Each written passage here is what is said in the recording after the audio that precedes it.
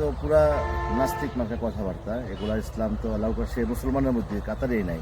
এবার প্রকৃতির মাঝে এসেছি আপনাদের সাথে আড্ডা দিতে, তো মাঝখান দিয়ে কিছুক্ষণ গল্প করলাম আর কি। দেখেন সাংবাদিকদের নিয়ে চলে এসেছি, অসাধারণ একটা মুহূর্ত। তো আসসালামু আলাইকুম। আমরা একজন সম্ভবত উনি ইমাম সাহেব, আপনি ইমাম সাহেব? আপনার সাথে একটু কথা বলবো। আবুল সরকার যে বিষয়টা করেছে এই বিষয়ে আপনার মতামতটা কি? এ তো পুরা নাস্তিক মার্কা কথাবার্তা, এগুলা ইসলাম তো আল্লাহ সে মুসলমানের মধ্যে কাতারেই নাই। সে বলে কোলাউজুরবিন না আছে, মালিকিন না আছে, ইলাহিন না আছে, সে নাচতে বলছে। আসলে নাচ হচ্ছে মানুষ, কিন্তু সে এই সমস্ত উল্টাপাল্টা কথাবার্তা বলে। সে ইসলাম মানে না, সে অন্য কাতারে থাকুক। কত মানুষই তো বিভিন্নভাবে বিভিন্ন গোত্রের মধ্যে বাংলাদেশে বাস করছে, কিন্তু সে ইসলামকে মানছে। সে বলছে মুসলমান, আবার কোরআনের অপব্যাখ্যা করছে, সেটা ইসলাম থেকে সে খারেজ। তাকে মানে কতল করা ওয়াজিব হয়ে যাচ্ছে। ইসলামে যদি আইন থাকতো তাহলে তাকে সরাসরি তাকে কতল করা ওয়াজিব হয়ে যেত। দর্শক শুনলেন হুজুরের মুখে। আসলে ওনার যদি ইসলাম ধর্ম মানতে না মনে চায়, সে অন্যটা করুক, ইসলাম তাতে বাধা দিবে না। কিন্তু উনি ইসলাম ধর্মে থাকবেন, আমাদের নবী আল্লাহকে নিয়ে কটূক্তি করবেন, স্বাভাবিকভাবেই এটা ইসলামের ক্যাসাস তার উপর যাবে। পাশাপাশি যদি শরিয়া নাও থাকে, আমরা যারা ধর্মপ্রাণ অন্তত ভিতরে ঈমান আছে তাদের কিন্তু রক্তক্ষরণ হয়। তো হুজুর, আপনাকে অসংখ্য ধন্যবাদ, ভালো থাকবেন, আসসালামু আলাইকুম।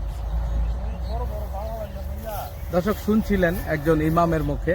আসলে আমি আরো দুইজন সাংবাদিক আছে আমাদের সাথে প্রথিতযশা, তাদেরও সাক্ষাৎকার নিব। তো এই মুহূর্তে আমি এই চমৎকার জায়গাটা একটু ঘুরতে আসছিলাম, হাঁটছিলাম, তো হঠাৎ করে ইমাম সাহেবকে পেয়ে গেলাম এবং তার কিছুটা কথা আপনাদের সাথে শেয়ার করলাম। আরিফ ভাই, আসসালামু আলাইকুম ভাইজান। ওয়ালাইকুম আসসালাম ভাই।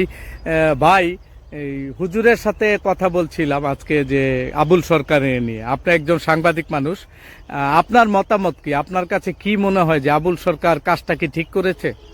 আসলে আবুল সরকার আমাদের কোরআন হাদিসের বিরুদ্ধে যে অপব্যাখ্যা দিয়েছে, এটা খুবই নিন্দনীয় কাজ, ইসলামী শরিয়া বিরোধী কাজ। আমরা এমন ইসলামের লোক হয়ে এমন কথাবার্তা, এমন মন্তব্য মোটে আশা করি না। তো তার শাস্তি হওয়া উচিত। ধন্যবাদ আপনাকে। দর্শক একজন সাংবাদিকের মুখে শুনছিলেন, আর একজন সাংবাদিক আছে ওই সামনে। আসলে প্রকৃতিটা দেখেন দর্শক, কেমন লাগে, মানে দেখলে আর এখান থেকে যেতে ইচ্ছে করে না। আমাদের একজন প্রথিতযশা সাংবাদিক আমাদের সাথে আছেন, বিল্লাল ভাই। আসসালামু আলাইকুম ভাই। ওয়ালাইকুম আসসালাম ভাই, কেমন আছেন আপনি? এখানে কি অবস্থা, কি করছিলেন ভাই? এই তো ভাই, এখানে আইসা একটু প্রকৃতির মাঝে কিছু দৃশ্য ধারণ করার চেষ্টা করতেছি। যাই হোক, আমরা আবুল সরকারকে নিয়ে কথা বলছিলাম যে উনি আল্লাহ নবীকে নিয়ে যে রূপ কটূক্তি করেছেন, এটার বিষয়ে আপনার মতামতটা আমি জানতে চাই। যেহেতু আপনারা লেখালেখি করেন, সাংবাদিকতা পেশা আছেন, আপনাদেরও একটা মতামত আছে। আমার মতামতটা হলো, শুধু আবুল সরকার না, এ দেশের মধ্যে যেই কোনো ব্যক্তি হোক না কেন, যদি আল্লাহ রাসূলকে নিয়ে কথা বলে, ডাইরেক্ট তার গর্দান কেটে ফেলা হোক। এতে যেই হোক না কে, শুধু আবুল সরকার না, যেই কোনো ব্যক্তি হোক, যত বড় পেনওয়ালা হোক, ডাইরেক্ট জবর, কোনো কথা নাই। দর্শক, আপনারা শুনছিলেন একজন ইমামের মুখে আবুল সরকারের মন্তব্য। পাশাপাশি দুইজন সাংবাদিকেরও মত বিনিময় করলাম, তারাও তাদের মতামত ব্যক্ত করলো। আমার মতামত হচ্ছে দর্শক, আমি একজন মুসলিম, আবুল সরকারও একজন মুসলিম। একজন মুসলিম হয়ে, একজন মুসলমান হয়ে, মুসলিম ধর্মের সর্বোচ্চ যিনি আমাদের স্রষ্টা আল্লাহ রাব্বুল আলামিন, পৃথিবীর সারা পৃথিবীর স্রষ্টা যিনি, তারকে নিয়ে কটূক্তি করেছে, আমাদের মহানবীকে নিয়ে কটূক্তি করেছে।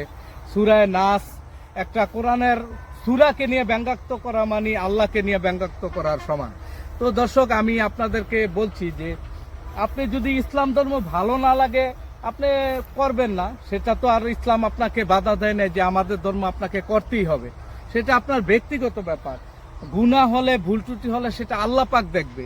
কিন্তু আপনি ইসলামকে নিয়ে কটূক্তি করবেন, তাহলে সাধারণ মানুষও কিন্তু এই বিষয়গুলো ভালোভাবে নেয় না।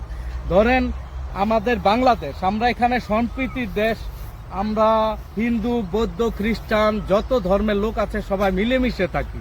তা আমরা সবাই মিলেমিশে থাকবো, এতে কোনো সন্দেহ নাই। সবাই সবার নিরাপত্তা দিব, এটা আমাদের একটা দায়িত্ব। কিন্তু কেউ কারো ধর্ম নিয়ে কটূক্তি করবো, এটা কোনো মতেই কাম্য নয়। দর্শক, এই বিষয়টা খেয়াল রাখা উচিত। আসলে আমরা এই দুনিয়াতে আসি, ধর্মের প্রতি মানুষের আনুগত্য সব ধর্মের মানুষ সব ধর্মের প্রতি একটা আনুগত্য থাকে। তো এগুলো খুব সেনসিটিভ বিষয়, এইসব বিষয়ে মানে টাচ করা ঠিক হয় না।